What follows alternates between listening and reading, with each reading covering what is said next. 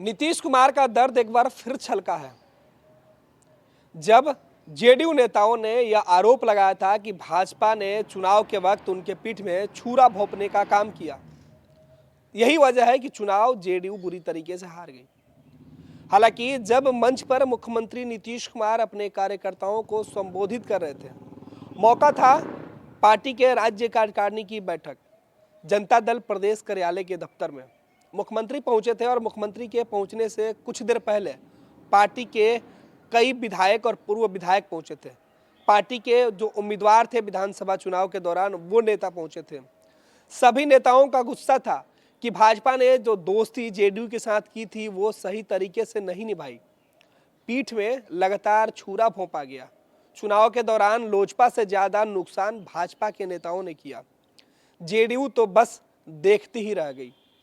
जब मौका मुख्यमंत्री को मिला तो उन्होंने कहना शुरू किया कि किस पे यकीन करे किस पे ना करे समझ नहीं पाए। चुनाव का दौर था, जब क्षेत्र में जाते थे तो माहौल देखते थे, अपने समर्थकों से कहते थे और वो आंख बंद करके जहां हमने कहा वहां उन्होंने वोट किया, लेकिन सहयोगियों के तरफ से उतना समर्थन नहीं मिला। पार्टी दफ्तर में जब लौट के आते थे तो पूरे बिहार की जो सूचना आती थी उसमें बताया जाता था कि कार्यकर्ताओं के बीच तो गोलबंदी है लेकिन सहयोगी साथ नहीं दे रहे हैं। नीतीश कुमार यही समझ गए थे। उन्होंने कहा कि मुझे तब ही समझ में आ गया था कि हमारे साथ दोस्ती में दगाबाजी हो रहा है। जो लोग दोस्ती में मजबूत होने की बात कर रहे थे वही पीछे से कमजोर कर रहे थे, लिहाजा नतीजे इस तरीके से सामने आए।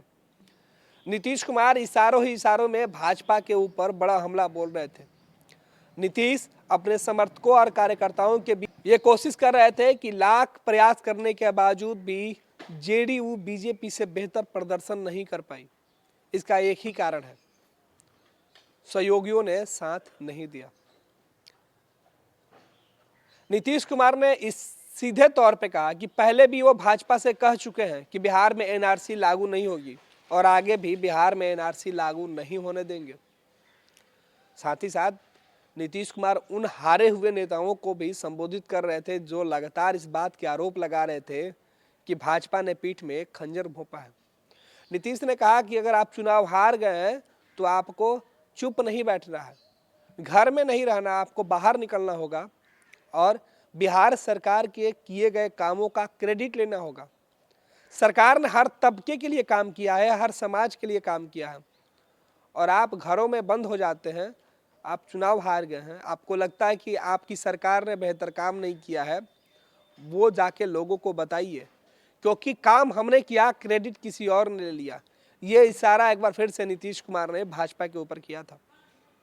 उन्होंने कहा कि इस तरीके से गुमराह किया गया कि जनता समझ नहीं पाई और यही वजह है कि परिणाम इस तरीके से सामने आया। हालांकि बिहार में नीतीश कुमार एनडीए के साथ पिछले कई दफे सरकार चला चुके हैं, अनुभव भी अच्छा है, लेकिन 2020 के जो चुनाव परिणाम आए उससे नीतीश कुमार के कई अनुभव खट्टे हो गए हैं।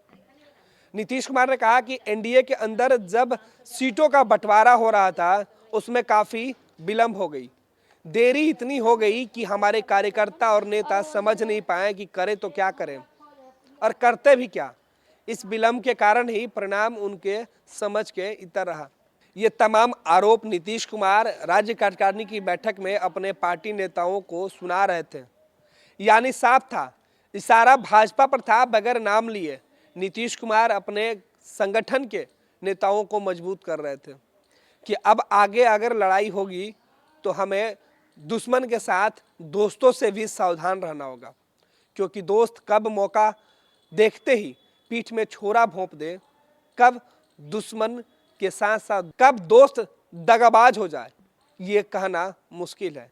यानी नीतीश कुमार और बीजेपी के रिश्तों में जो घमासान मचा है वो गाहे बिगाहे सामने आ ही जाता है। नीतीश कुमार हर फोरम में इस बात की दलील देते हैं कि वो चाहते हैं कि बिहार के प्रखंड स्तर तक जेडीयू के कार्यकर्ताओं को उचित मान सम्मान मिले। इसके लिए कई कार्यक्रम बनाने की उन्होंने शुरुआत की थी, लेकिन भाजपा बीच में रोड़ा अटकाते हुए दिखती है। उनके तरफ से ना कोई सुझाव आता है और ना ही अब तक कोई बातें सामने आई है जिससे कि जेडीयू सरकार के कामों को लेकर क्रियान्वयन समिति बनाए, जिसमें भाजपा और जेडीयू के कार्यकर्ताओं को मौका दिया जाए। यानी सीधे तौर पे नीतीश कुमार का कहना है कि इस बार वो चाह कर भी कुछ नहीं कर पा रहे हैं।